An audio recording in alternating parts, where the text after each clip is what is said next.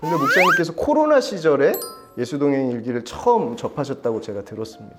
네, 그 시기에 이제 교회적으로도 크게 예배를 드리거나 이런 것들 말고는 할 수 있는 것들이 제한되고 이런 상황 속에서 우연히 예수동행일기 목회자 세미나가 있다고 해서 모이지 않고 온라인으로 한다고 해서 저는 지방에 있으니까 훨씬 더 잘 됐다 싶어가지고 저하고 제 아내하고 신청을 하고 하게 됐습니다.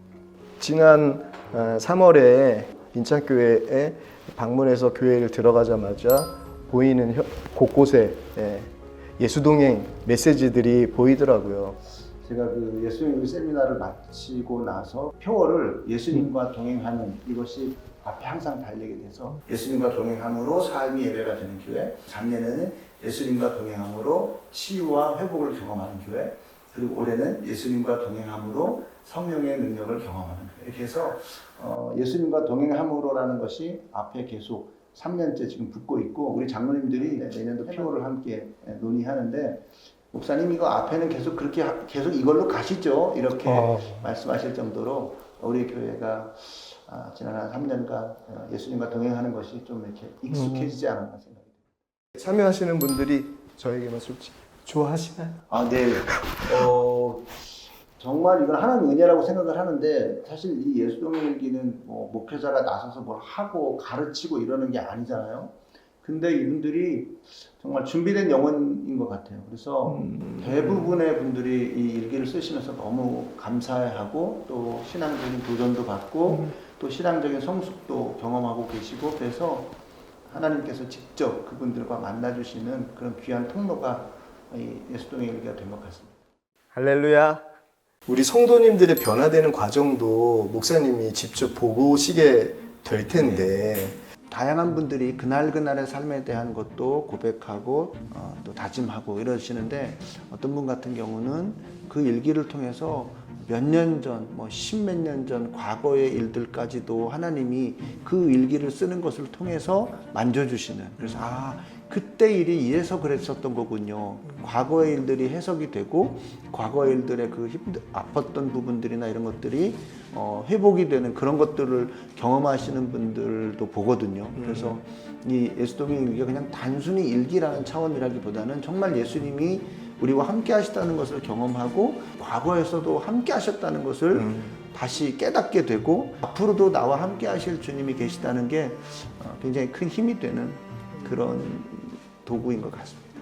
예수동행 일기의 3요소를 잘 모범적으로 하시는 분이 김태우 목사님이신 것 같아요. 진짜 인착교회가 예수님과 동행하는 일에 가장 중심을 두고 하는 교회라 여겨져요.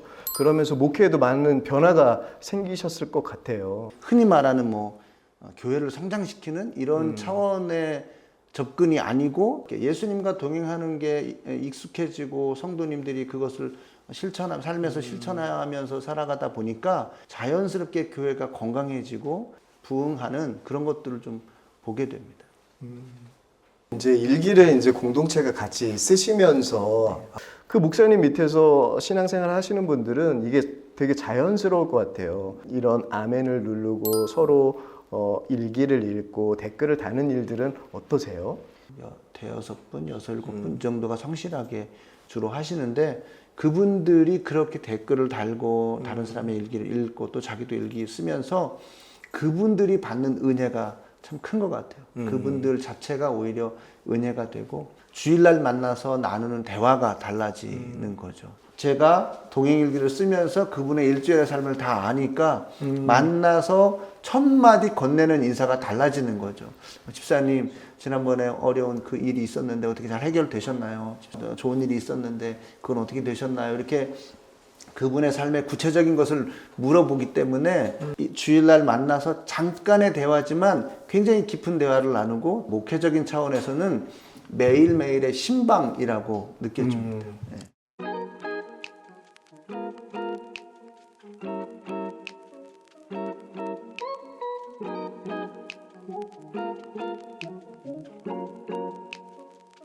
많은 분들이 어렵다고 생각하세요. 목사님은 어떠세요? 나눔방 처음 시작됐을 때 쓰면서 이제 솔직하게 쓰겠다고 고백하고 이렇게 솔직하게 쓰다 보니까 그렇게 뭐 감출 것이 없지 않는가 이런 생각도 들고, 또 목사가 뭐 이렇게 삶이 감출 것이 많으면 그것도 또 좀 이상한 거고, 그래서 저는 솔직하게 쓰고 있습니다.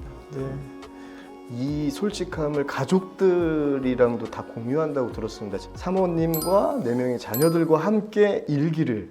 제일 먼저 우리 아이들하고 야, 우리가 같이 일기를 쓰고 서로의 삶을 나누고 하면 좋을 것 같다 제안을 했더니, 우리 아이들이 또 흔쾌히 그러자고 그래가지고 나는 방을 시작하면서 우리 가족방을 같이 따로 만들어서 하는데, 너무 좋은 유익이, 애들이 다 뿔뿔이 흩어져 있다 보니까 매일매일 어디서 뭘 하고 있는지, 어떤 어려움이 있는지, 무슨 일이 있는지 잘 모르는 그런 경우가 많은데, 우리 아이들이 일기를 쓰면 일기를 통해서 어떤 일이 있었는지, 또 어떤 어려움이 있는지, 기도 제목이 있는지, 필요가 있는지 이런 것들을 알게 되어서 그 댓글 같은 걸로 아이들 격려도 해주고, 정말 급하게 필요한 경우는 그 일기를 보고서 또 그 필요를 채워주기도 하고, 그러면서 좋은 효과가 있는 것 같습니다.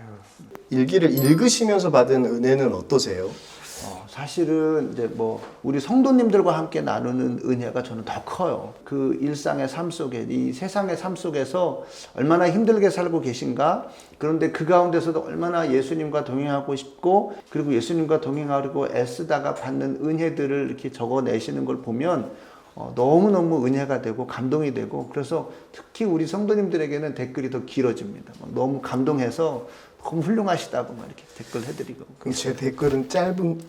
네, 목사님 댓글은 짧은 편입니다. 할렐루야.